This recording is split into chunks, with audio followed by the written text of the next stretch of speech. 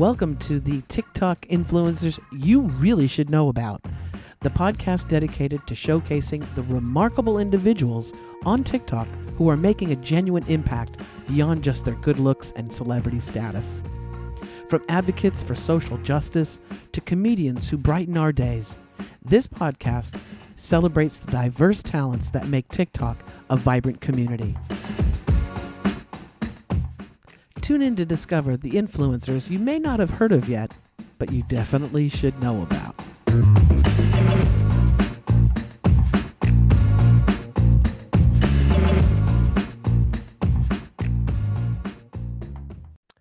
Welcome back to the TikTok influencers you really should know about. Hello, everyone. I'm Christine Blasdale, your business success and media coach. I help entrepreneurs of all stripes get the word out about their business through TikToks, reels, videos, podcasts, books, you name it, anything to do with media. I'm your person. And today I am just so excited. I'm a little fangirl of this person. And I have not been stalking her, but I have been watching her TikTok channel and just am blown away by the content that she creates. And I'm going to introduce you to her today so that you can enjoy the videos that she's posting. My guest today is Pattie Asai, and she is also known as the Duchess of Decorum. And her TikTok channel will have a link in the show notes so you can check it out. We'll also have a link to her website as well so you can check her out. But just to give you an idea of why I chose Pattie to be featured on the show, we're going to be playing a clip in just a second about that because man, you just blow me away, Pattie. Welcome to the show. First of all, welcome to the show. Thank you. I'm so happy to be here. So TikTok. so Yeah. So tell me, were you on TikTok before you created your channel? Were you just kind of blown away by the algorithm and all that stuff and said, I could do this? Or did you just jump in and say, I'm going to do a channel right away? Well, when the pandemic happened, I did a lot of work with Big Brothers and Big Sisters. So I was going to go speak at a lot of their events. When the pandemic happened, all that shut down. So I had all this information in my head that I wanted to talk about, and I didn't have a platform.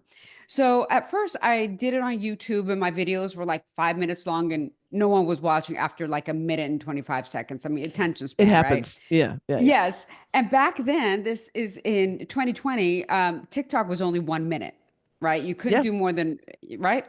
So I'm like, I'm going to take my talents to TikTok. So I locked myself in my bedroom, in my guest room for 2 days, and I made 100 videos, 100 videos, and I posted them 3 times a day for months, months and months. Yeah.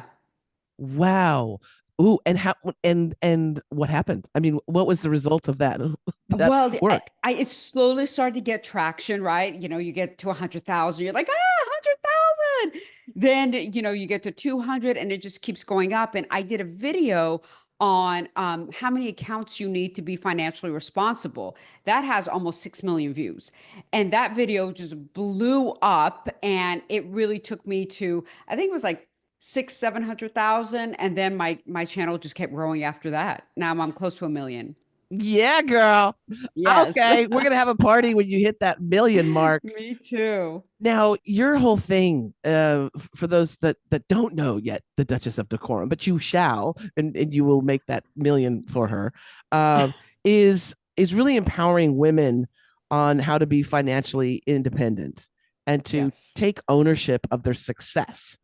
Because Yes. for far too long we have poo-pooed ourselves. We've said, "Oh no, he's the breadwinner. He's the Oh, guy that we need to support.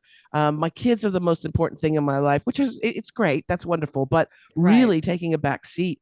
And so that's one reason also why I really love this. So empowering women to be financially independent. Is this just something a passion of yours you've had for a long time that you wanted to get out? Yeah, I saw it with my mother when we lived in Iran. I'm an immigrant, and my mother had a great job in Iran. And so I saw the power dynamics between she and my dad, and they were equals. Once we came here, due to the language barrier, my mother couldn't work. So my dad was making all the money, and I saw how the dynamics changed in the relationship. And my mom would always tell me, "Don't be like me. Do you see what happened to me? Because I can't support myself financially." And she had to stay in a mentally abusive relationship with my dad because she couldn't leave. And I'm like, oh no, I am not going to do this. And this happens to women all over the Millions of world, women. Yeah. millions of women, because we're still considered second class citizens when it comes to almost everything, right? And I was like, you know what? I'm going to dedicate this channel really to my mother and to teach women how not to be like her Yeah. and how to be able to leave a relationship if you want to. So were you born in Iran? Yes, I was born there and Ah, I moved here. Hubi. Yeah. That's all I know. Cuba Hubi. Merci. That's Oh it. my That's it. God, that's Yeah. so I amazing. had Iranian friends when I was in Los Angeles, so that's all I learned. Um, Yes. yeah. So it it's also, I think, it's our expectations of our little girls. I mean, I'm getting around 60 times around the planet, and when we were young, there was not an emphasis, or it's still today. We're Oh, not teaching kids how to be financially smart, right, at all, but no. I mean, especially with girls. yes, we're still teaching the princess idea of girls. Even little girls you see dressing up as princesses. Why are they dressing up as princesses? Can we put a power suit on this girl? Yeah. Like right? So we still have that thing of, oh, you're a princess. You are going to be rescued by the prince, who's the man. When are you going to get married? Like all the talk around with little girls and their mothers are about like their wedding day. And I can honestly tell you that I never had a conversation with my parents about my wedding day except for when I was not allowed to get married. So it was, yeah, right. They're like, you can't get married until you have finished law school and you have a job. That's when you can even think about getting married. But that's not conventional, right? So most little girls are taught from a very young age of dreaming about that they get married. Like that's an end all be all. And that is Yeah. not an end all be all. Most people are so miserable in marriages. Well, and I remember when I was in my 20s, I came out. I said, Hmm. I have to tell my mom and I have to tell my dad. And my Right. dad, I thought my dad would blow his stack because he was a Hmm. conservative, Trumpy kind of guy. Wow. Trump wasn't around then, but you know what Right. I'm I saying. get the picture. Watch Fox News and everything. And I thought, oh, he's gonna just lose his marbles. And I told my dad, and he was like, hello, I knew, you had a Farrah Fawcett poster in your room. And I was like, doesn't everybody have a Farrah Fawcett poster? And you didn't want your hair to be like hers. It was you were Oh, admiring no, her. no. There was something about that picture. I was just like, I just really like that She's picture. hot. And then so I thought my mom would be an easy one because my mom was like, I love you, love you, love you.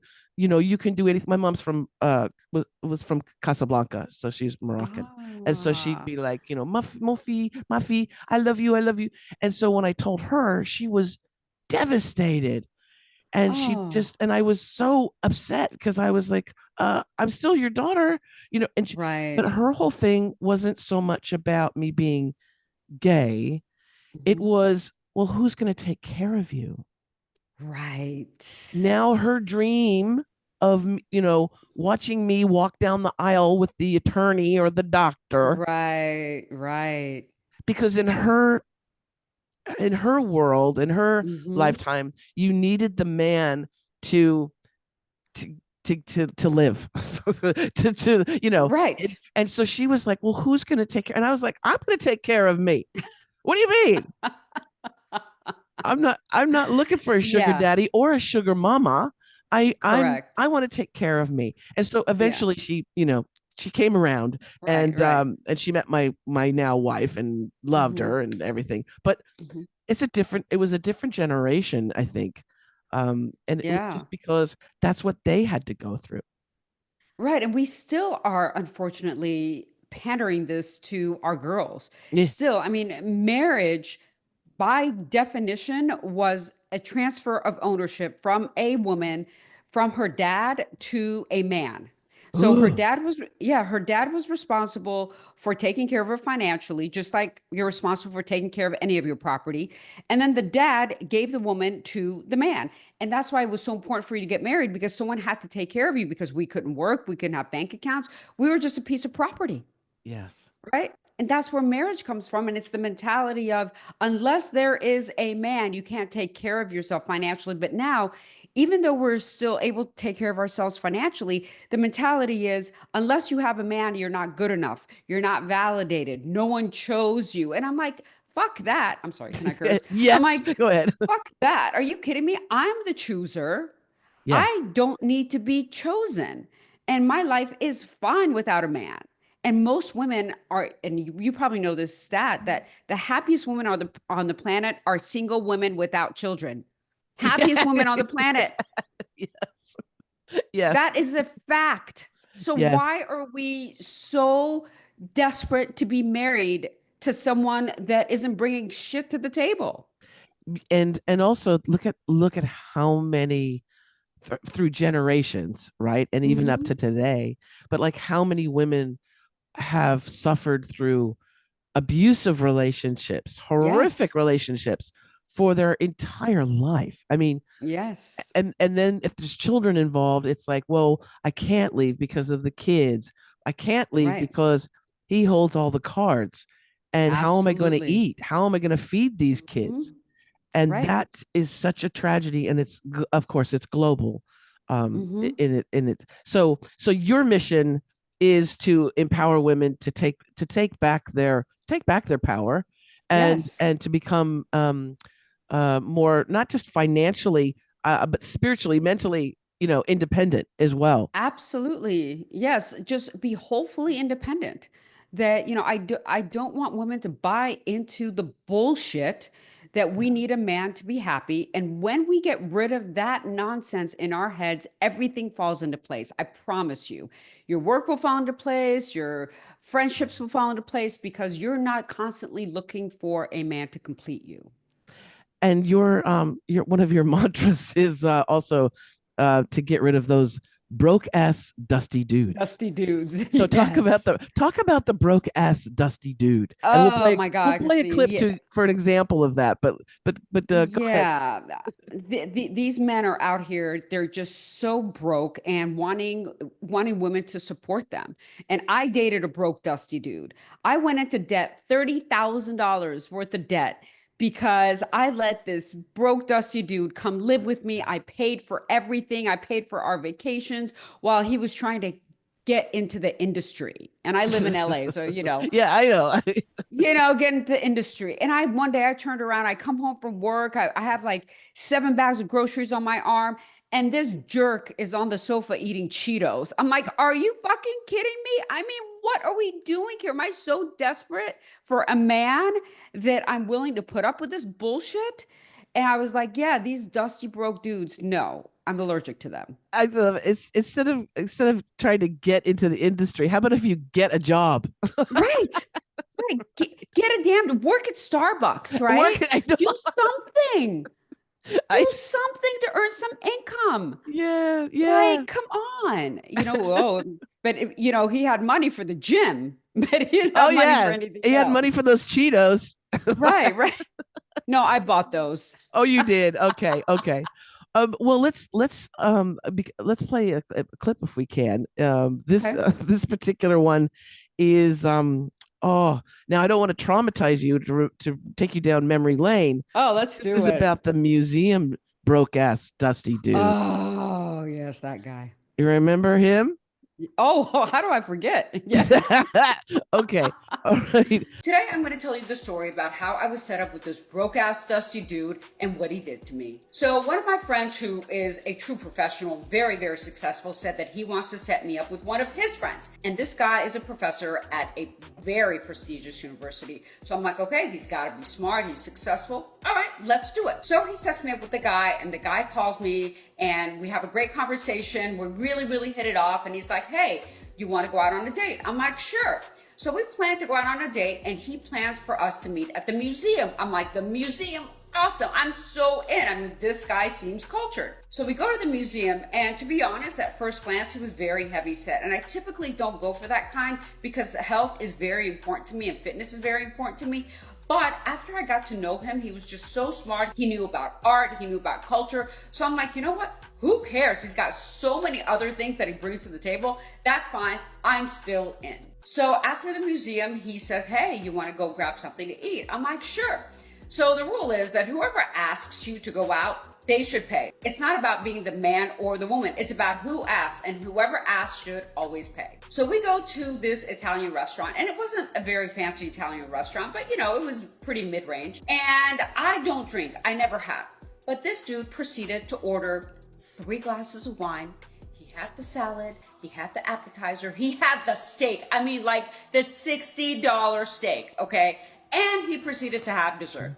Me, on the other hand, I only had water. I had a $22 pasta, and I shared a bite or two of his dessert. So my meal, at most with tip, should have been about $35. So now the bill comes, and I'm thinking in my head, he's definitely gonna pay because A, he asked me out, and B, I mean, compared to what he had, I didn't have very much. So yeah, spend an extra 35 bucks on me. What's the difference? You're already paying over $200 for the food that you had. So then he looks at me and looks at the bill and says, so what do you want to do? And I'm like, what do I want to do? Is this guy serious? I mean, do you actually think that I am going to pay for some of your food? And yes, that's exactly what he was thinking. When he said that, I took out my credit card, and before I could even tell him what I want to do, which was I'm willing to pay for my share, he takes my credit card, gives it to the waiter along with his, and says, split it down the middle. You cannot be for real.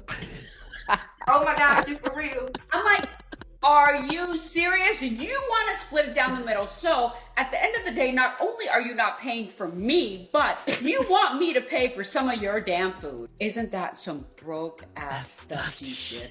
So when the waiter came back with the bill, I signed it and I got out of there as fast as I could. So the next day he calls me, he's like, I had such a great time. You want to go out again? I'm like, hell no, I don't want to go out again. I'm like, you invited me to dinner. Not only did you not pay, but you expected me to pay for some of your food? That is absolutely ridiculous. You are nothing but a broke ass dusty dude, and I don't date broke dudes.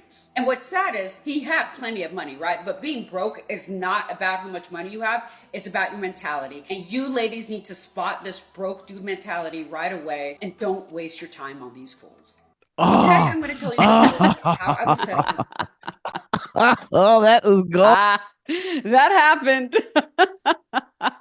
The audacity. Right? I mean, but I love that I do love that you said, being broke is an attitude. It's a mentality, right? Because he had plenty of money, obviously. But I'm also thinking, damn, he put down 3 wines. 3 wines. What was he? Dinner. I'm like, what are you doing, dude? And then you want to hear the funniest part that I didn't say in the video? So we were sitting in, and he was sitting on the booth side. I was sitting in the chair side, and the booth was one long booth, and we were sitting in the corner, and he was so heavy, it broke. No.